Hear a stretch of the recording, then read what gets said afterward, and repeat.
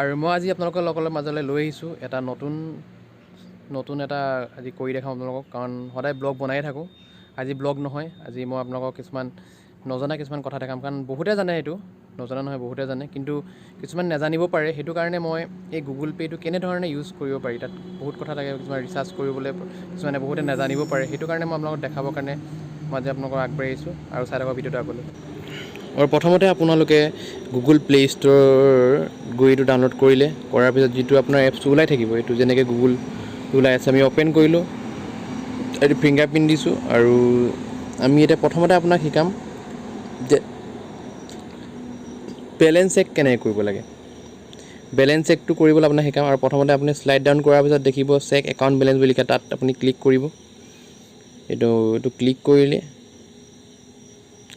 Click কৰাৰ পিছত আপোনালোকৰ ইয়াত ওলাব UPI ID, যোনটো আপোনালোকে UPI ক'ড বনাই দিছে। এইটো ওলোৱাৰ পিছত আপোনালোকে তাৰপৰা অ'কে কৰিব। অ'কে কৰাৰ পিছত তাৰপৰা ইয়াত বেলেঞ্চটো দেখি পাব। এইটো হৈছে আপোনাৰ চেক বেলেঞ্চ।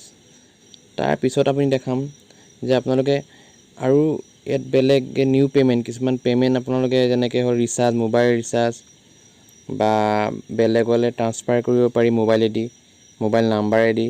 তো প্ৰথমতে আপোনাক দেখাম মোবাইল নাম্বাৰেদি ট্ৰান্সফাৰ কৰিব পাৰি। ছেকেণ্ড অপশ্যন যিটো আছে মোবাইল নাম্বাৰ, ফোন নাম্বাৰ বুলি লিখা আছে, সেইটো ফোন নাম্বাৰটো আপোনালোকে ক্লিক কৰিলে, তাৰপৰা আপোনাৰ সেই নাম্বাৰটোতে গুগল একাউণ্ট কাৰোবাৰ আছে, সেই নাম্বাৰতে এতিয়া আপোনালোকে সেই একাউণ্টটোত পঠিয়াব পাৰিব। নাম্বাৰটো মাৰিলে মই আপোনাৰ লাইভ প্ৰুফ দেখাই দিছোঁ, কাৰোবাৰ নাম্বাৰ এটা লৈ পিনে কেনেকৈ কৰিব আপোনালোকে। আৰু এইটো মই নাম্বাৰ এটা বাছি লৈছোঁ, আৰু বাছি মই আৰু এই ছাইডত যোনটো টাইপ বুলি লিখা আছে, তাত আপুনি মেছেজ কৰিবও পাৰিব, যে এনেই হাই হেল্ল' বা কিবা আপোনাক পইচা দিছোঁ বা কিবা এটা ধৰণৰ লিখিব পাৰি, কিবা এটা লিখিলে আৰু এইটো মেছেজ কৰিব। আৰু পে' বুলি য'ত লিখা আছে সেইটোৱে হৈছে, তাত আপুনি কিবা এটা এনেই আপোনাক দেখাবৰ কাৰণে মই এটকা এটা মাৰি চেণ্ড কৰি দেখাই দিছোঁ, লাইভ প্ৰুফ দেখাই দিছোঁ আপোনাক। এটকা মাৰিলে, এটকা মৰাৰ পিছত আপোনালোকে তাত তলত অপশ্যনটো লিখা আছে হোৱাট দিছ ফৰ বুলি লিখা আছে, তাত কিবা এটা মাৰি দিলে আৰু এনেই যেনিবা বা কিবা এটা মাৰিলেও হয়, বা মেছেজ কিবা এটা লিখি পঠিয়াই দিলে, মই তোমাক পইচা দিলোঁ বা কিবা এটা লিখিলে। মৰাৰ পিছত আপোনালোকে অ'কে বটন টিপাৰ পিছত আকৌ আপোনালোকৰ ইয়াত ওলাব প্ৰচেছ টু পে' বুলিকৈ, তাৰপৰা টাৰ্ণ অন কৰিব। অন কৰাৰ পিছত আপোনালোকৰ আকৌ সেই UPI ID বুলি এটা আছে, সেইটো ওলাব। এতিয়া সেই UPI ID আপোনালোকে জানেই, সেই UPI ID আপোনালোকে তাত মাৰি দিয়ক। মৰাৰ পিছত আপোনালোকে প্ৰচেছ হৈ যাব। সেইটো মানে অলৰেডি চেণ্ড হৈ ওপৰত মেছেজটো আহি যাব। এতিয়া আপোনালোকৰ চেণ্ড হৈ যাব টোটেলি, তেতিয়া মেছেজটো আহিব। এতিয়া আপোনালোকক দেখাম বেংক ট্ৰান্সফাৰ। আপোনাৰ কিছুমানে বহুতে বেংক ট্ৰান্সফাৰ কৰিব বিচাৰে, আৰু প্ৰথমতে ওলাব এনেকুৱা ধৰণৰ ইণ্টাৰফেচ হ'ব আপোনাৰ আগত, আৰু তাত লিখা থাকিব একাউণ্ট নাম্বাৰ বুলি। যোনজন বেংকৰ যাৰলৈ পঠিয়াব বিচাৰিছে সেই মানুহজনৰ বেংক একাউণ্ট নাম্বাৰ তাত মাৰিব। মই মাৰি লওক। মই তাক মাৰিছোঁ, মানে মই নিজৰ কাৰোবালৈ পঠিয়াইছোঁ, এনেই আপোনাক দেখাবৰ কাৰণে মই কাৰোবালৈ মাৰিছোঁ।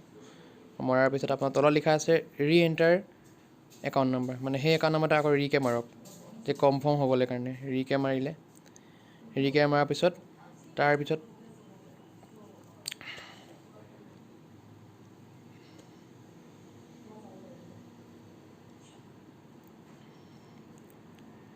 ৰিকে মৰাৰ পিছত হৈ গ'ল। এতিয়া মই ৰিকে মৰাৰ পিছত শুদ্ধকৈ মাৰিব। তাৰপিছত লিখা আছে IFSC কোড। সেই IFSC কোডটো আপোনালোকৰ সেই বেংকৰ পাছবুকখনতে থাকিব, আপুনি চাব ওপৰত থাকিব বা তলত ক'ৰবাত IFSC কোড বুলি লিখা থাকিব, সেই কোডটো আপুনি মাৰিব। আপুনি সেই কোডটো শুদ্ধকৈ মাৰিব। শুদ্ধকৈ মৰাৰ পিছত সেই কোডটো মৰাৰ পিছত আপোনালোকৰ মানে সেই ব্ৰাঞ্চৰ নামটো তলত ওলাই যাব।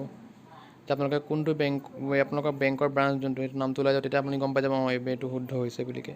তলত অট'মেটিকলি বেংকৰ ব্ৰাঞ্চটো ওলাই আহিব। যেনেকৈ মই মৰালৈ চগুলা আহিছে আমাৰ ইয়াৰ বেংকৰ নাম ডিমৌ চাৰিআলি বুলিকৈ, শিৱসাগৰ। তাৰ ৰিচিপ্ট নাম্বাৰ যাৰলৈ আপুনি পঠিয়াব তাৰ নামটো তেওঁ লিখি দিয়ক। নাম এটা লিখিলে, লিখাৰ পিছত ধুনীয়াকৈ শুদ্ধকৈ লিখিব নামটো, ভাল হয় শুদ্ধকৈ লিখিলে। শুদ্ধকৈ লিখাৰ পিছত নামটো লিখাৰ পিছত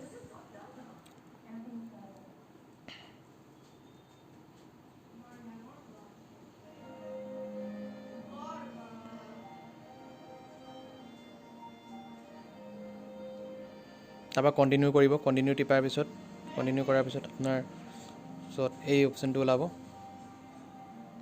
তাৰপৰা আপুনি ইয়াত তেওঁলৈ কিমান পঠিয়াব পাৰিছে, 100 200 যিমান পঠিয়াওক। মই এনেই আপোনাক প্ৰুফ কৰিবৰ কাৰণে মই এটকা এটা পঠিয়াইছোঁ। এনেই এটকা এটা পঠিয়াই আপুনি তাত আমি চেণ্ড কৰি দিম এতিয়া। আৰু তলত আপুনি হোৱাট দিছ ফৰ লিখা তাত কিবা এটা লিখিব, আপোনালোকক কোৱা মতে আগত কোৱা মতে সেনেকৈ লিখিলে। লিখাৰ পিছত আপোনালোকে ইয়াত চেণ্ড কৰিব। চেণ্ড কৰাৰ পিছত প্ৰচেছ টু পে' বুলি ওলাব। প্ৰচেছ টু পে' ওলাইছে, ক্লিক কৰক। প্ৰচেছ টু পে' ওলোৱাৰ পিছত তাৰপিছত আপোনাৰ ইণ্টাৰফেচ যাব UPI ID, আৰু সেই UPI IDটো টিপাৰ লগে লগে আপোনালোকৰ পইচাটো তেওঁলৈ ট্ৰান্সফাৰ হৈ যাব। এইটোৱে হৈছে। আৰু এতিয়া আপোনালোকক দেখাব বিচাৰিছোঁ মই বিল পে'মেণ্ট মানে আপোনাৰ যেনেকৈ ধৰি লওক বহুত পে'মেণ্ট থাকে যেনেকৈ আপোনাৰ ঘৰত ইণ্টাৰফেচত এইটো আহিছে, যেনেকৈ আপোনাৰ DCSৰ যিকেইটা আছে, Airtel, Tata sky, dish TV, ধৰি লওক বাকী যি DTH যিকেইটা আছে কেবল টিভি, আপুনি সেইবোৰৰ ৰিচাৰ্জ কৰিব পাৰে। যেনে মই এটা ধৰি লৈছোঁ এয়াৰটেল ডিছ টিভিটো ৰিচাৰ্জ কৰিম বুলিকৈ, আৰু মই বাকী আগত ৰিচাৰ্জ কৰি থৈছোঁ, সেইটো কাৰণে ইয়াত ফ্লাছ হৈ আছে। আপোনালোকে 3 ডট যোনটো দেখিছে, 3 ডটৰ তলত যোনটো চিন ওলাই আছে সেইটো ক্লিক কৰক। সেই ক্লিক কৰাৰ লগে লগে 3 ডটছৰ যোনটো ক্লিক কৰক। ক্লিক কৰাৰ লগে লগে আপোনালোকৰ তাত ল'ব লিংক একাউণ্ট বুলি ওলাব। নতুনকৈ সেইটো একাউণ্ট, আগৰকেইটা মই কৰি থোৱাকেইটা নহয়। লিংক একাউণ্ট ওলালে তাৰপৰা কাষ্টমাৰ তাত এণ্টাৰ কৰক। সেইটো আপোনালোকৰ কাষ্টমাৰ ID থাকে, কাষ্টমাৰ ID এণ্টাৰ কৰক। শুদ্ধকৈ এণ্টাৰ কৰিব কাষ্টমাৰ IDটো।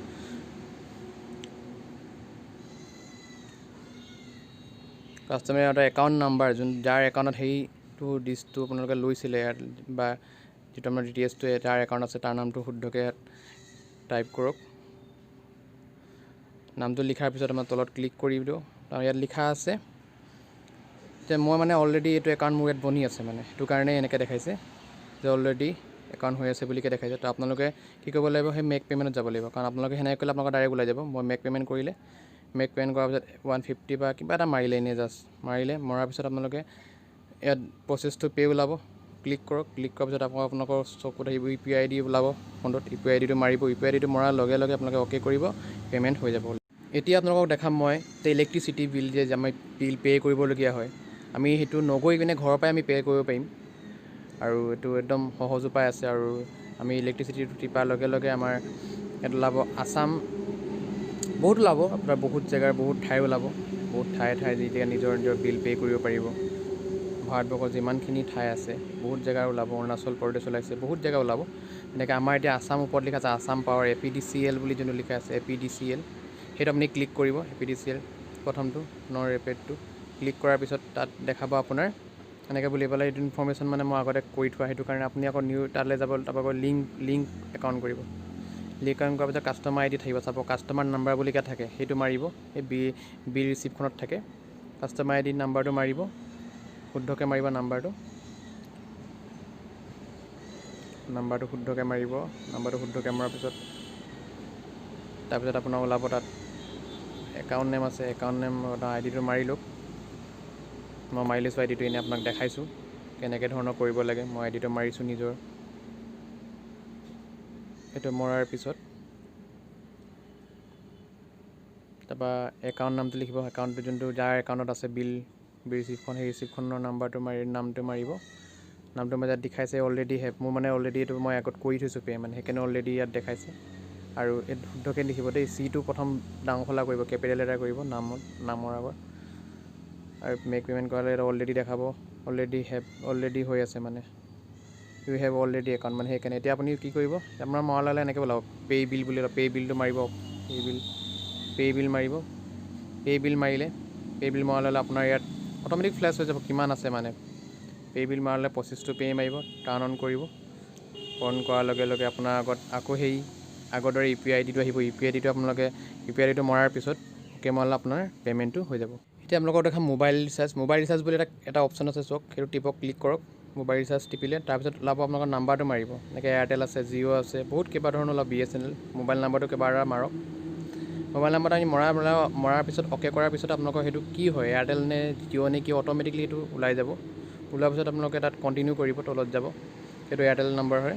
আৰু কণ্টিনিউ কৰাৰ পিছত আপোনালোকে ইয়াত নিজৰ ৰিচাৰ্জবোৰ বাছি ল'ব পাৰিব। যেনেকৈ প্ৰথম ওলাইছে এইটো 149, যোনটো আপোনালোকৰ 1 GB ডাটা পাৰ ডে' দিব, 2 GB ডাটা দিব পাৰ ডে' নহয়, এইটো আপোনাৰ মাহেকত দিব চাগে, মাহেকৰ কাৰণে 219 টকীয়া আছে।